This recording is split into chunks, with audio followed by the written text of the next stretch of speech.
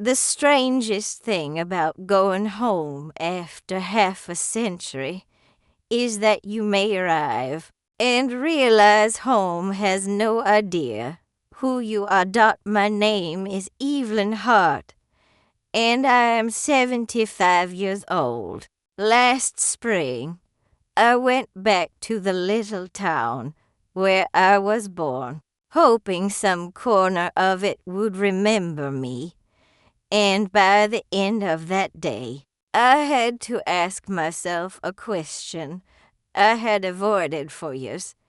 If a place forgets you completely, were you ever really there in the way you thought you were? I had not planned some grand return. There was no suitcase full of old photographs, no speech prepared in my mind, no expectation that anyone would be waiting by a fence calling out my childhood nickname. I was not that foolish. I knew people died. Houses changed hands. Trees were cut down. Roads were widened. And every generation believed it had the right to repaint the world in its own colors. Still, somewhere inside me, in the quiet, stubborn part of an old woman's heart, I believed there would be at least one thing left. A porch step, a street sign, a school bell, a stone wall, something small enough to be overlooked by progress, but large enough to whisper, "Yes, Evelyn, I remember." The town was called Bellwether when I was young, though by the time I returned, the welcome sign had been replaced with a cleaner, brighter one that said Bellwether Heights, which made me smile sadly because there were no heights to speak of, only low fields, a slow creek, and a main street that used to flood every April. The new sign was painted blue and white, with a drawing of a clock tower I did not recognize. Underneath it, in tidy letters, were the words, "A place to grow." I sat in my car for a minute with both hands on the steering wheel, looking at that sign, and I thought, it was never called that when I belonged to it. I had driven nearly 4 hours from the city where I live now, a place of apartment buildings, elevators, pharmacies that deliver, and neighbors whose names I know, but whose stories I mostly do not. My daughter, Claire, had offered to come with me, but I told her I wanted to go alone. She looked at me the way daughters look at aging mothers when they are trying not to interfere, but are already planning what they will do if something goes wrong. She asked if I was sure I felt up to the drive, and I told her the truth, which was that I did not know. But sometimes, at my age, being sure is not the point. Sometimes you go because a question has been sitting beside you for too long, and one morning you realize you would rather be tired than keep wondering.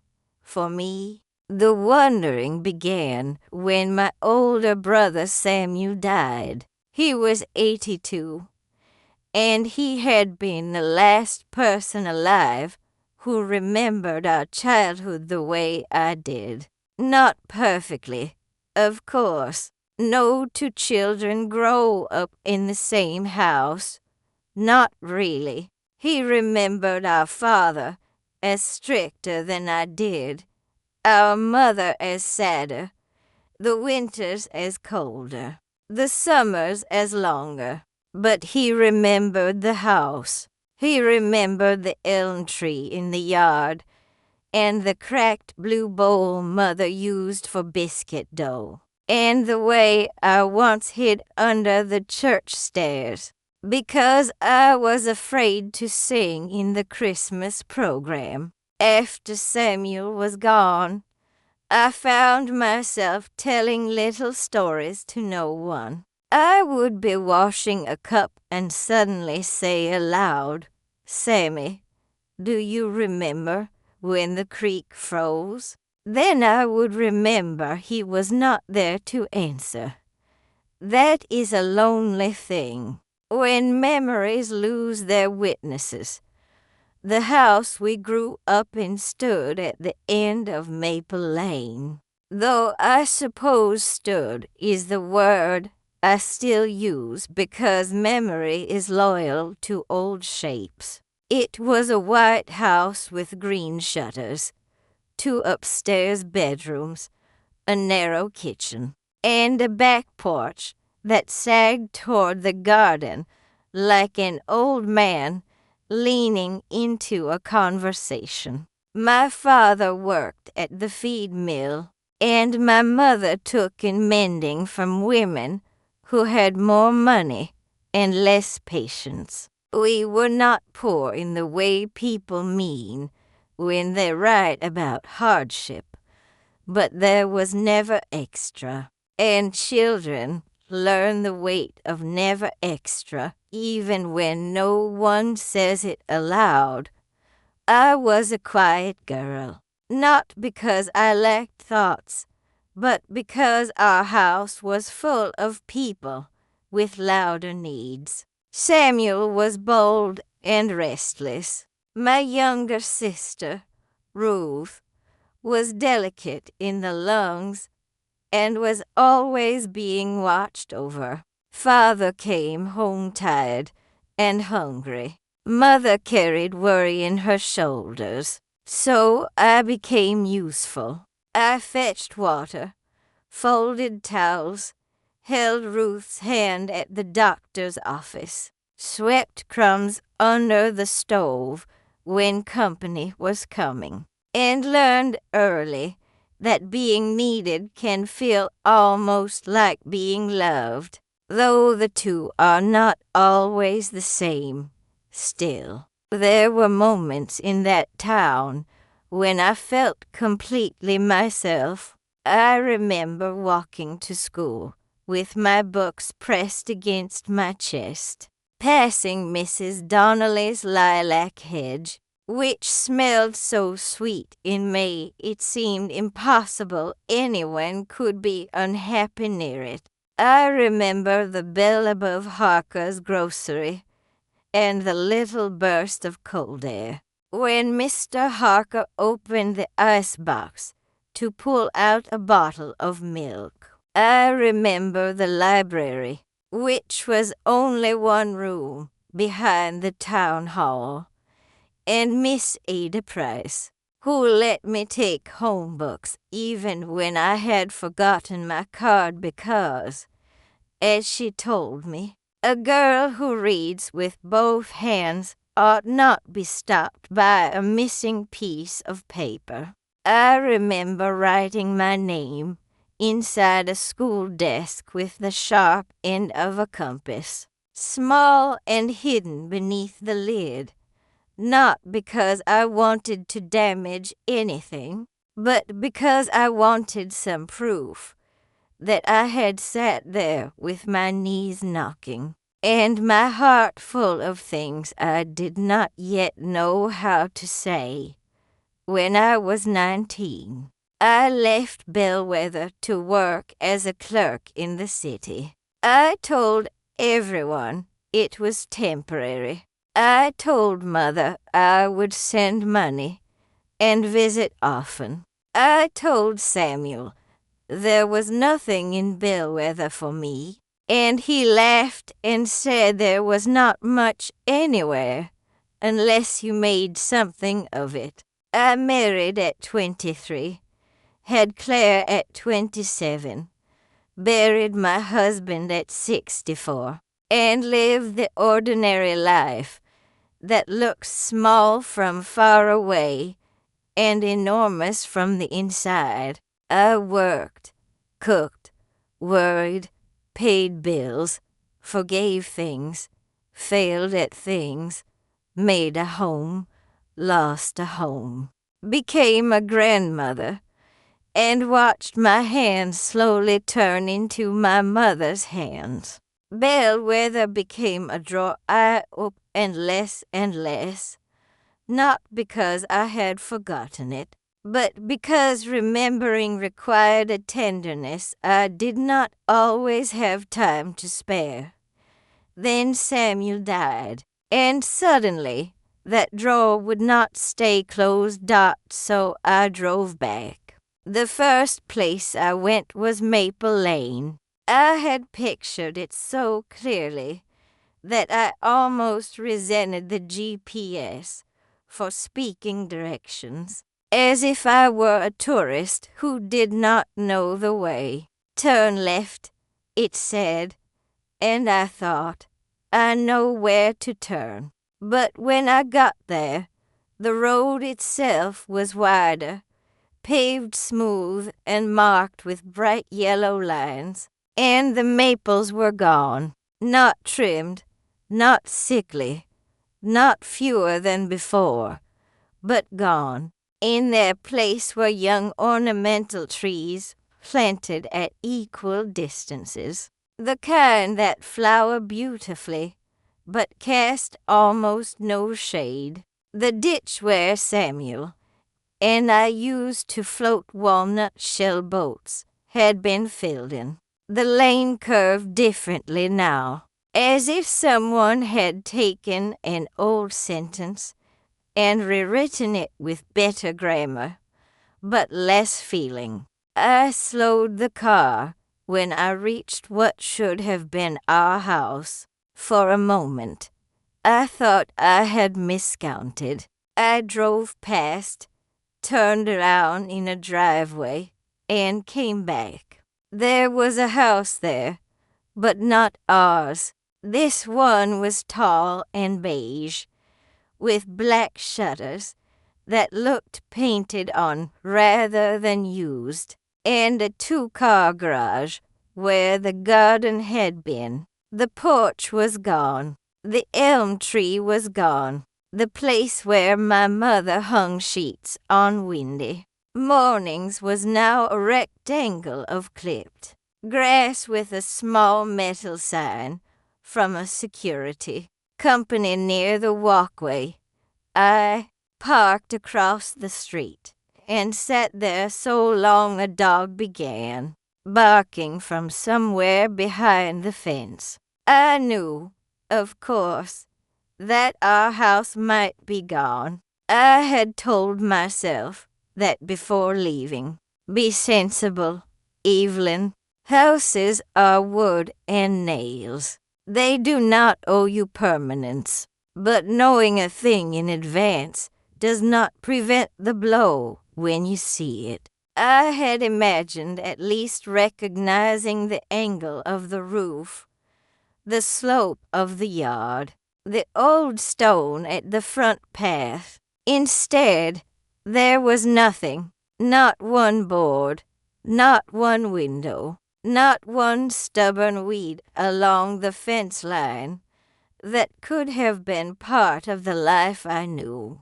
A young woman came out of the beige house carrying a baby on her hip and a bag of trash in her other hand. She saw my car and gave me a cautious little wave, the kind people give strangers who have lingered too long. I lowered my window and apologized. I told her I had lived there as a girl, long before that house was built. Her face softened, but not with recognition, with politeness. She said they had only moved in 2 years ago, and before that the property had belonged to a developer. She did not know anything about the old house. She said, I'm sorry, and I knew she meant it. but she was sorry in the way one is sorry for rain on another person's picnic.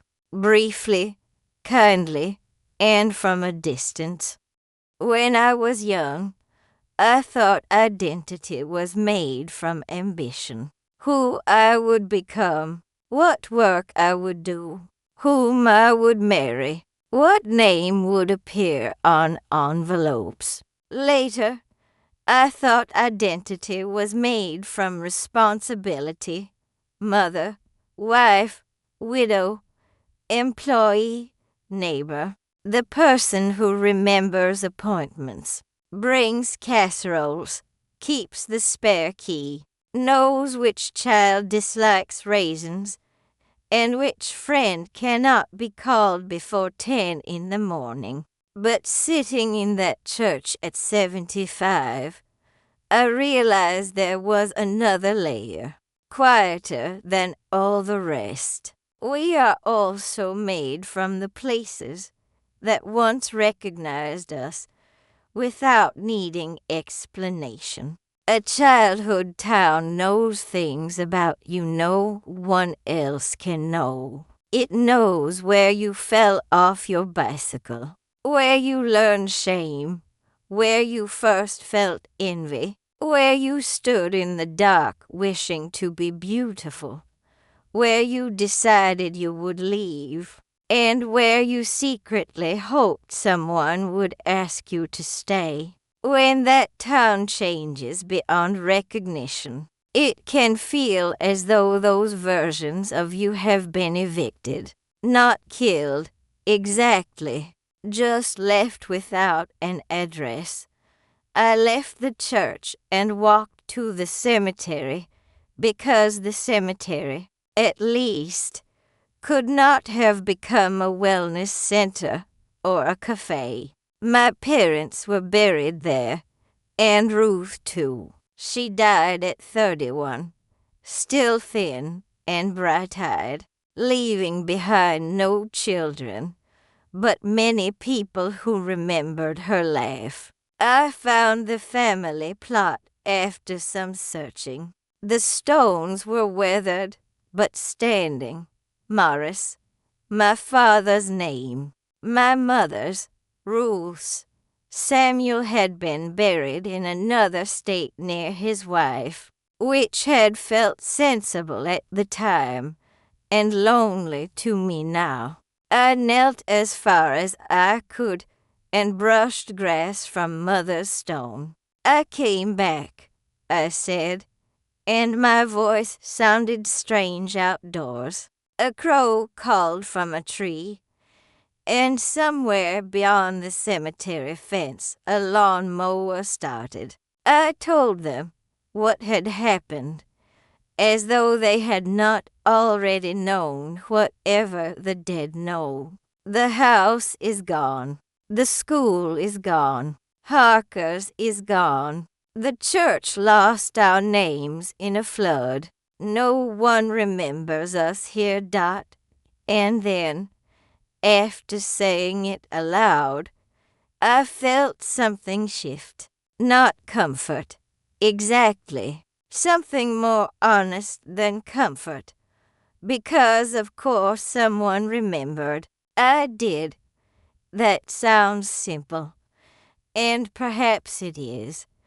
But simple truths often take a lifetime to become real. I had driven to Bellwether looking for evidence outside myself. I wanted wood, brick, paper, carved initials, a person who might say, "Oh yes, the Morris girl."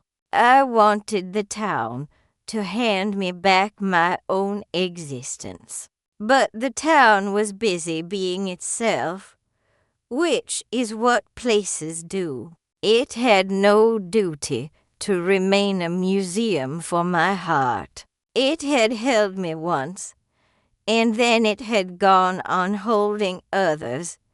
That did not make my grief foolish. I want to be clear about that. When something that shaped you disappears, you are allowed to mourn it, even if the world calls it development, even if the records call it a removed structure, even if strangers shrug because they cannot see what stood there.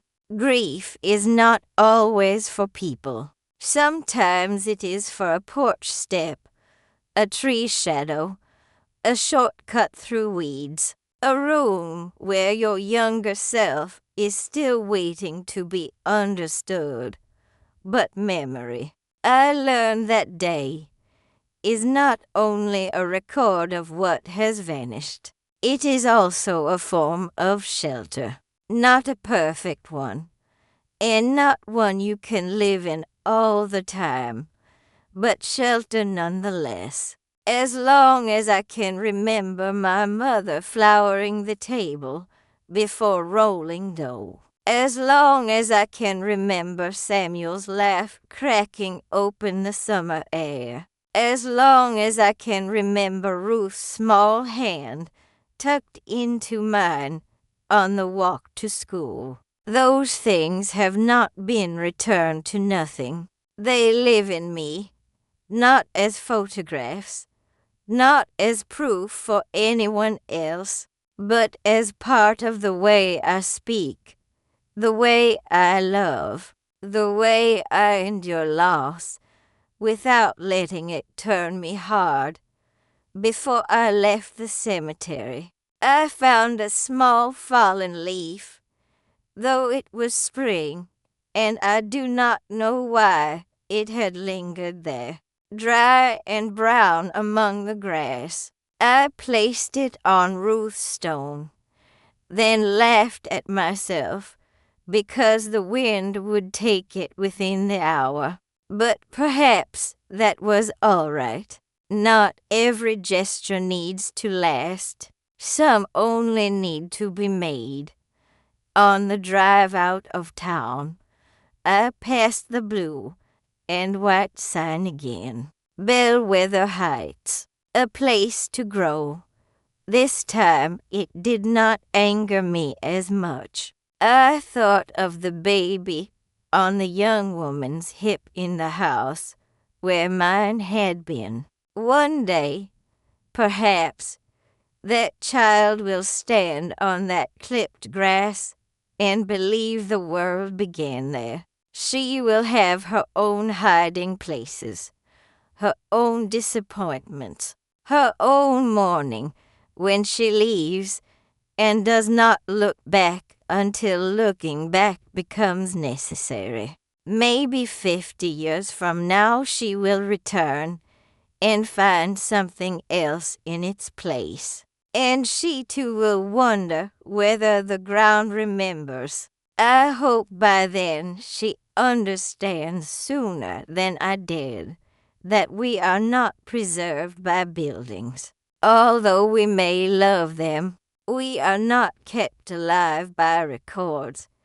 Although it hurts when they are gone, we are not made real by strangers recognizing our names. The deepest parts of us are carried forward in quieter ways, in the tenderness we learned because someone once failed to give it to us, in the courage we gathered on roads we were afraid to take, in the habits of care we inherited from tired hands, in the stories we decide to tell before there is no one left who knows to ask.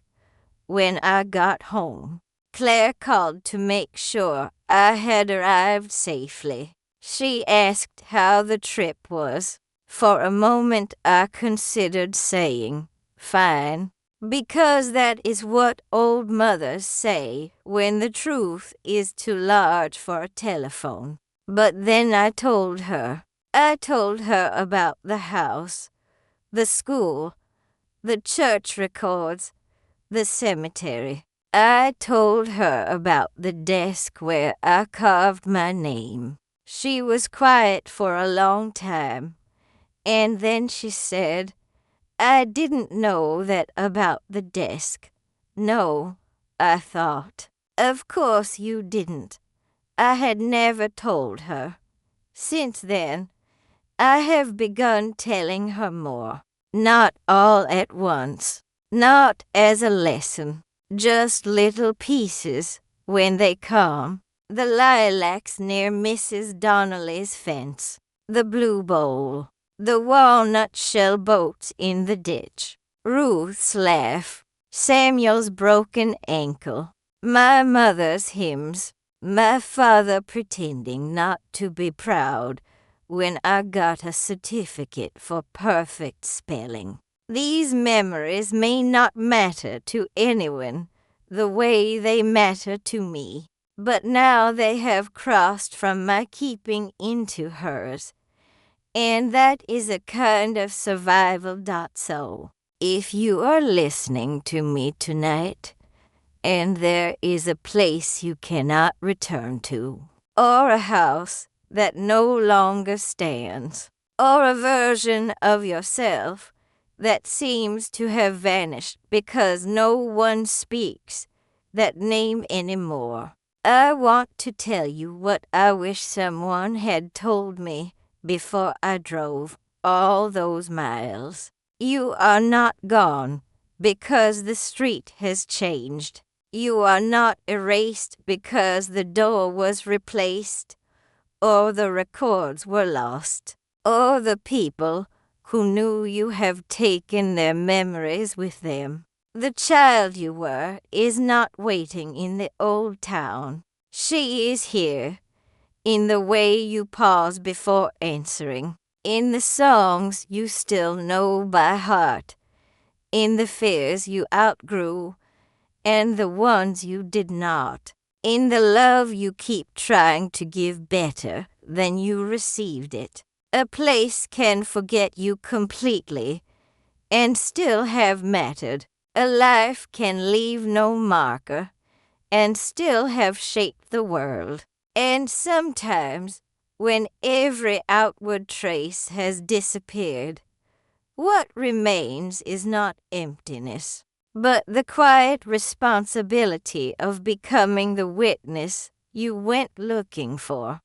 After she went inside, I got out of the car. My knees complained, as they often do, and I stood on the sidewalk with my cane, looking at the property as though staring long enough might bring something back into focus. I wanted to say, right there was the kitchen. Right there my mother cried the day Ruth was taken to the hospital. Right there father taught me to shell peas, though he pretended he was only showing me because I was too slow. Right there Samuel climbed out the window after midnight and broke his ankle jumping from the porch roof. Right there I stood in a yellow dress on the morning I left, holding a cardboard suitcase and trying not to look back. But the land did not answer. It lay there under its new house, indifferent and innocent. I drove next to the school. I expected change there too, but I thought perhaps the old brick building might remain as an office or storage space, the way some schools do, kept around because tearing them down seems too much like admitting how many children have become old. But the school was gone as well. In its place stood a wellness center with mirrored windows and a parking lot full of clean cars. A sign advertised yoga, physical therapy, and nutrition counseling. Where the playground used to be, there was a row of low shrubs covered in red mulch. I sat in the parking lot and tried to place the old entrance in my mind. I could almost hear the slap of jump ropes,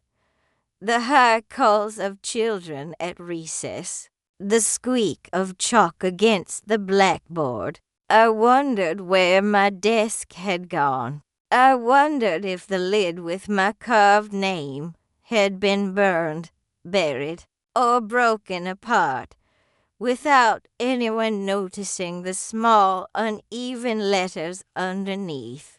That thought troubled me more than the house, and I could not understand why at first. Perhaps because a house belongs to a family, and families end or scatter. But the school belongs to hundreds of children. Surely some part of it should have been allowed to testify that we had passed through. Not just me, but all of us with our lunch pails and ink-stained fingers. Our fears about arithmetic and spelling tests, our secret crushes, our scabbed knees, our desperate wish to grow up, and our complete ignorance of what growing up would cost. I went to the town hall hoping for records. The old library room was now an office with fluorescent lights and a printer making dry mechanical sounds. A young clerk with kind eyes looked up the property history for me. She found permits, parcel numbers, demolition dates, names of companies, tax changes. There it was in official language.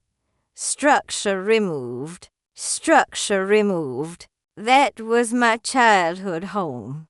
That was the kitchen where my mother sang hymns when she was too tired to talk. That was the bedroom where Ruth slept propped on pillows. That was the back porch where I first understood that leaving is sometimes an act of survival, and sometimes an act of betrayal, and often both at once. Structure removed, I asked about the school, and she clicked through another screen. Demolished in 1998, she said.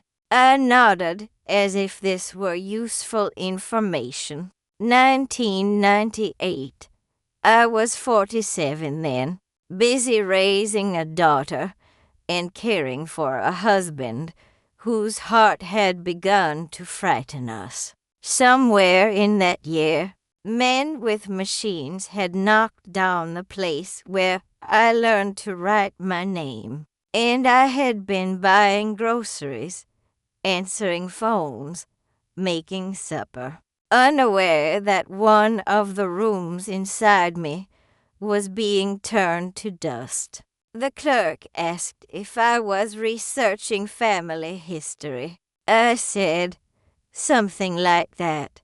She offered to print what she had found, but I did not want the papers. I did not want proof of removal. I had already seen enough of that dot by noon. I had grown tired, but I was not ready to leave.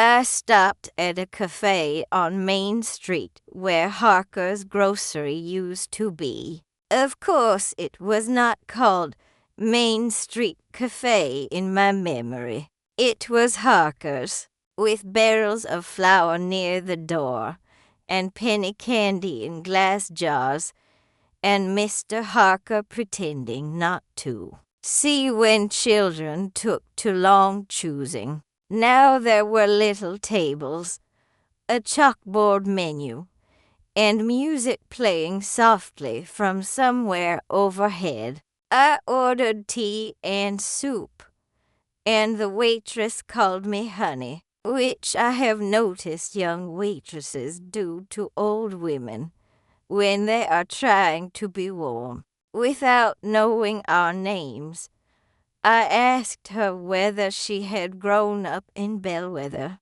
She said no. She had moved there from another county after marrying. I asked if the Harker family still lived nearby. She frowned in concentration and said she did not think so. I wanted to tell her about the bell over the grocery door, and the way Mr. Harker kept licorice sticks in a jar shaped like a bear. But I could feel the uselessness of it before I began. There are stories that need a listener with some little hook to hang them on. Without that, they fall to the floor between you. So I ate my soup quietly and looked out the window. Across the street, the church still stood.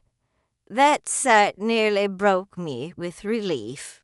It was smaller than I remembered, but there it was, white steeple, double doors, narrow windows, sitting back from the road as if it had been waiting patiently all along. I left money on the table and crossed carefully at the light.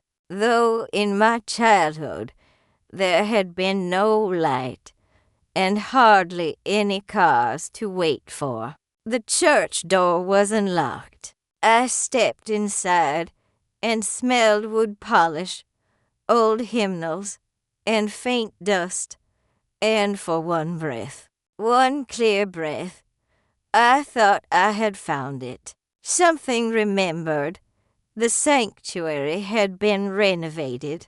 The pews were cushioned now, the walls painted a soft cream, the old pulpit replaced by a simpler platform, but the shape of the room was familiar enough that I had to steady myself on the back of a pew. Here was where I sat beside Mother every Sunday, feeling her gloved hand closer on mine when I fidgeted.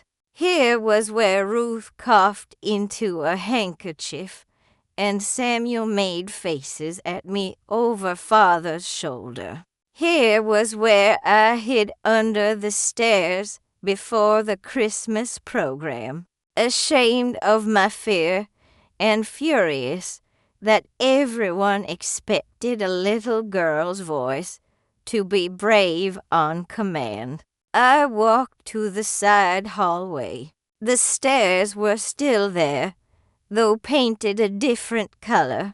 I placed my hand on the banister and bent as much as my back allowed to peer beneath them. Storage boxes were stacked there now, labeled with Christmas candles, offering envelopes, and choir robes. No frightened child, no trace of her. Of course not. What had I expected? That a little pocket of air would remain shaped like my body? That some dust would arrange itself into memory? A man came in from the office, perhaps the pastor, though he was dressed in ordinary clothes. He asked if he could help me. I told him I had grown up in that church. He smiled and asked my name. Evelyn Hart, I said, though Hart was my married name. Evelyn Morris back then, he thought for a moment, then shook his head gently. He had been there only 12 years. The church records, he said, had been damaged in a basement flood long before his time, but some membership lists had been preserved digitally. He searched on a computer in the office while I sat in a chair beside a shelf of pamphlets. Morris, he typed, Evelyn, Samuel, Ruth, my parents' names. Nothing appeared. I watched his face as he tried different spellings. He wanted to find me. I could see that. He wanted to give an old woman the small mercy she had come for. But after a while he leaned back and said he was sorry. There it was again. That kind apology from a stranger standing beside an absence. I thanked him, and because he looked so disappointed on my behalf, I almost comforted him. That is a habit women of my generation learn too well. We apologize for the trouble caused by our own sorrow. I told him it was all right, though it was not exactly all right. Then I asked if I could sit in the sanctuary a little longer. When he left, I sat in the back pew, the one where my father used to sit when he arrived late from work, and did not want Mother to glare at him in front of everyone. Light came through the windows in pale rectangles. Somewhere in the building, a pipe knocked softly. I closed my eyes and tried to summon voices. Mother's alto, Father clearing his throat, Samuel whispering that my hair ribbon was crooked, Ruth breathing with effort beside me. For a few seconds, I could almost do it. Then a truck passed outside, and the spell broke.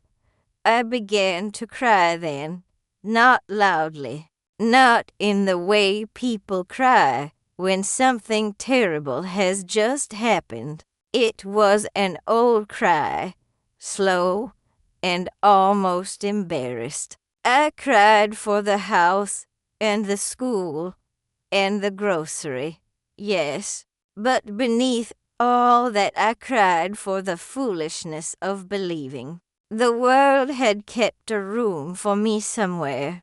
I had not known I believed it until I found the room gone.